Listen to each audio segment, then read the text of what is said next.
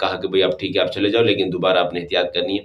تو یہ مشکل الفاظ آپ کے سامنے آئیں تو ان کو آپ نے آرام سے پڑھنا ہے۔ اچھا، آپ کو یہ بھی دیکھنے میں آئے گا کہ آپ پڑھ رہے ہیں اور آپ کی رفتار آپ کے کنٹرول سے آؤٹ ہو گئی ہے۔ اب آپ کوشش کر رہے ہیں کہ بھئی آواز کا لیول برابر ہو اور پڑھنے کا جو ہے لیول رفتار وہ برابر ہو، لیکن نہیں ہو پاتا آپ سے۔ تو اس کے لیے یہ ہے کہ آپ جب سلام پھیر لیویں تو اس کے بعد اپنے ساتھ، اگر 4 رکعت کے بعد آپ نے سلام پھیرا ہے تو آپ کے پاس اچھا خاصا موقع ہوتا ہے، تو آپ اپنے ساتھ کچھ نہ کچھ آیتیں، 1-2 آیتیں آرام سے دہرا لیں۔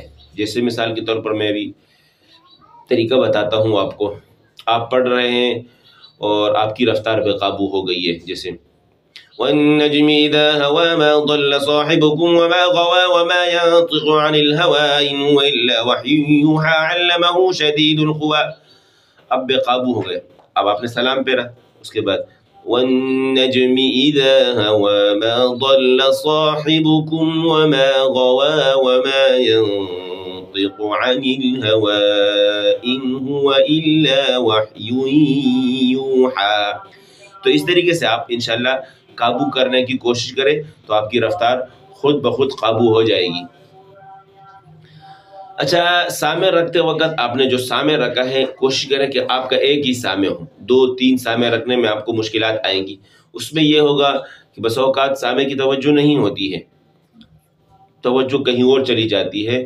اس میں پھر ایک سامع ایک جگہ سے بتاتا ہے، دوسرے سامع دوسری جگہ سے بتاتا ہے، تیسرا سامع پھر تیسری جگہ سے، پھر آپ پڑھ رہے ہوتے کبھی ایک پارے میں کبھی دوسرے پارے میں، تو اس میں آپ کو یہ مشکلات آ سکتی ہیں۔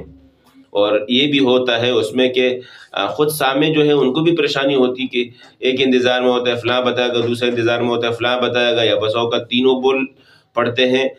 اس میں یہ دقت آپ کو پیش آ سکتی ہے۔ ایک سامع رکھیں، وہ بھی مضبوط قسم کا سامع ہو۔ اور اچھا، ساتھ ساتھ ایک یہ بھی ہے کہ سامع کے ساتھ اپنی آپ کمٹمنٹ کر لیں شروع سے ہی، اول دن سے ہی، کہ ہمارا طریقہ یہ ہوگا کہ میں جب پڑھوں گا، جس وقت میری غلطی آئے گی تو میری پہلی کوشش ہوگی کہ میں پیچھے سے پڑھ کر اس کو ٹھیک کر سکوں۔ اگر میں نے پیچھے سے پڑھا اور میں نے ٹھیک نہیں کیا ہے تو آپ نے دوسری مرتبہ میں مجھے غلطی بتا دینی ہے۔ اچھا، ہم کیا کرتے ہیں، سامع کو ہم کہہ دیتے ہیں کہ نہیں، آپ نے مجھے غلطی نہیں بتانی ہے، کوشش کریں کہ بس میں خود ٹھیک کروں، اور پھر پہلی مرتبہ، دوسری مرتبہ، تیسری مرتبہ، اس میں آپ کا وقت بھی ضائع ہو جاتا ہے اور مشکلات بھی ہوتی ہیں۔ سامعین جو ہوتے ہیں وہ بھی کہتے ہیں کہ یار کیا ہو گیا ان کو۔ تو یہ کہ یہ بہترین طریقہ ہے، ایک مرتبہ پیچھے سے پڑھ، دوسرے مرتبہ آپ کو سامع بتایا جائے گا اور آپ ٹریک پر بالکل رواں ہو جائیں گے۔ تو اس طریقے سے آپ کی کمٹمنٹ پہلے سے ہونی چاہیے۔ اچھا، تراویح پڑھاتے وقت آپ کو یہ بھی معلوم ہو کہ میں نے کون سا لہجہ پڑھنا ہے۔ لازمی نہیں آپ کو 5-6 لہجہ آتے ہوں، آپ کو ایک ہی لہجہ آتا ہو تو آپ نے اسی لہجے میں پڑھنا ہے اور اس پر آپ نے قابو پانا ہے۔ قابو پانے کا بہترین طریقہ یہ ہے کہ آپ روزانہ اس لہجے کی سماعت کریں۔ مثال کے طور پر آپ لہجہ سنتے ہیں شیخ شریم حفظہ اللہ کا، الحمدللہ رب العالمین الرحمن الرحیم مالک یوم الدین ایاک نعبد و ایاک نستعین، اس طریقے سے آپ سنتے ہیں، اس کو بار بار سماعت کریں۔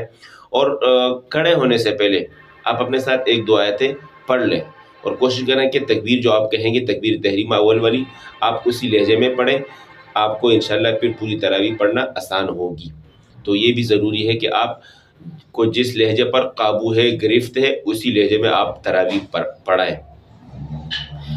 اچھا، آخر میں ایک بات میں یہ کروں گا جو انتہائی ضروری بات ہے، وہ یہ ہے کہ آپ جب بھی تراویح پڑھانے جائیں تو آپ اچھے کپڑے پہنیں، اچھی آپ ٹوپی پہنیں، بہترین قسم کا اچھا آپ کا رومال ہونا چاہیے، ٹھیک ہے، اور ساتھ ساتھ آپ نے بہترین قسم کا واسکٹ خریدا ہو، آپ وہ پہنیں، اور آپ نے عطر بہترین قسم کی لگائی ہو۔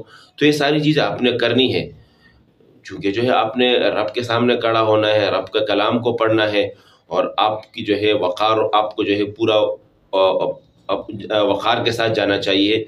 تو اس میں یہ ہے کہ آپ کا اعتماد میں بھی اضافہ ہوگا اور پورے مجمع پر آپ کا رعب بھی ہوگا، اور آپ انشاءاللہ ٹھیک طریقے سے پڑھ بھی سکیں گے۔ تو امید کرتا ہوں آپ کو ویڈیو پسند آئی ہوگی۔ اسی کے ساتھ میں اجازت چاہتا ہوں، اپنا خیال رکھیے گا۔ اللہ حافظ۔